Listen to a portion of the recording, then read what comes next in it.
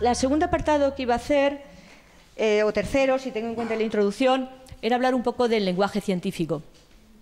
Si cogéis, o sea, cuáles son las características del lenguaje científico, y esto para reflexionar un poquito sobre qué es la ciencia y la naturaleza de la ciencia. Fijaros, si cogéis un artículo científico o incluso un libro de texto, os podéis encontrar con las siguientes características. Primero, se usa mucho la voz pasiva o se usa la pasiva refleja.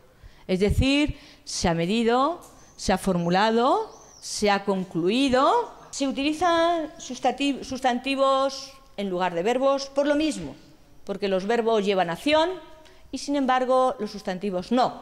En lugar de decir hemos representado orbitales, dice las representaciones de los orbitales son, ¿de acuerdo? O la medida de la presión en estas condiciones es, o se ha hecho de esta manera. Es decir, no se utiliza normalmente, es como si no hubiese ningún sujeto que estuviese realizando las acciones. ¿De acuerdo? ¿Qué sentido tiene eso? Vamos a ver. Pues el sentido que tiene es que lo que se está enseñando son universales. Es decir, no están asociadas a las personas que lo han realizado.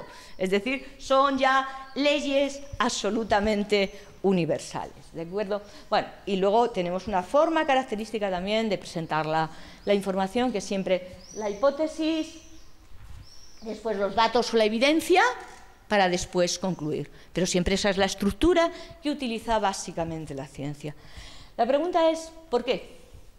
¿Por qué se utiliza este lenguaje así? Se pretenden varias cosas. Primero, mostrar la ciencia como una descripción del mundo, más que como un esfuerzo por dar sentido al mundo. Otro interés también grande es, cuando se hace esto, es mostrar la ciencia como una actividad humana deshumanizada, al margen de los científicos. Es decir, da igual quién lo haya hecho, lo importante es la ley, lo importante es a lo que se ha llegado. Realmente después veremos que los filósofos, los sociólogos y los historiadores de la ciencia no dicen esto. Y finalmente, la idea también de esta forma de escribir, de este lenguaje, es mostrar una ciencia totalmente objetiva. En esta parte me gustaría simplemente hablar de tres cosas. ¿Qué es la ciencia? ¿Cómo se elabora la ciencia? Y cómo se enseña la ciencia.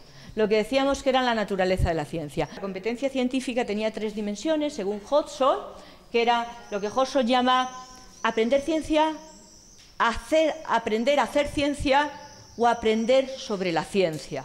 Lo primero sería el conocimiento, aprender ciencia, es el lenguaje científico del que hablábamos. Siguiente, aprender a hacer ciencia es toda la parte experimental, y aprender sobre la ciencia es aprender sobre esto, ¿de acuerdo? Sobre qué es la ciencia y cómo se elabora la ciencia y qué estatus tiene la ciencia. Claro, yo creo que es importante tener en cuenta que la ciencia es una construcción social. Siguiente, la ciencia interpreta la realidad, no es la realidad, es lo mismo que he dicho antes, ¿de acuerdo? Hay un libro de Heisenberg, un físico muy interesante, que llama la ciencia esa imagen de la naturaleza, que todo es realmente una interpretación que a nosotros nos sirve para entender el mundo, ¿eh? No es un cuerpo acabado de conocimientos, ¿de acuerdo? Es un proceso en construcción. Y finalmente, el valor de la observación no es absoluto, ¿de acuerdo? Depende de la teoría con la que se esté observando. Es importante tener esto en cuenta, porque si no se tiene esto en cuenta, se piensa que la ciencia representa la verdad absoluta, es decir, que la ciencia es totalmente objetiva, y la ciencia yo creo que no representa la verdad absoluta, aunque sea el conocimiento más objetivo que podamos tener. Hoy la palabra científico es palabra de Dios, ¿de acuerdo? Absolutamente dogmático. Otra consecuencia es la neutralidad de la ciencia. La ciencia no es neutra y lo ha demostrado a lo largo de la historia y ha tomado partido, ¿de acuerdo?, en distintos momentos, por unas cuestiones o por otras. Y finalmente, un peligro es la mitificación de la ciencia y que puede llevar al poder, a lo que se llama la tecnocracia, ¿no? ¿Cómo se elabora la ciencia? Seguramente que contestaríamos con el método científico. Pero a mediados del siglo XX, los historiadores y filósofos de la ciencia como Kuhn, Feyerabend, Chalmers, dijeron que realmente no había un método y sobre todo que empezase por la observación. Lo más grave del método científico de Bacon es que la ciencia se elabora con ese método empezando con la observación. Es decir, cualquier persona observando puede ver lo mismo. Eso es falso. La observación siempre va dirigida por la teoría que tienes. ¿Qué es un hecho y qué es una teoría? Son cuestiones distintas y yo creo que tenemos que dejarle a los alumnos muy claros que son cuestiones distintas.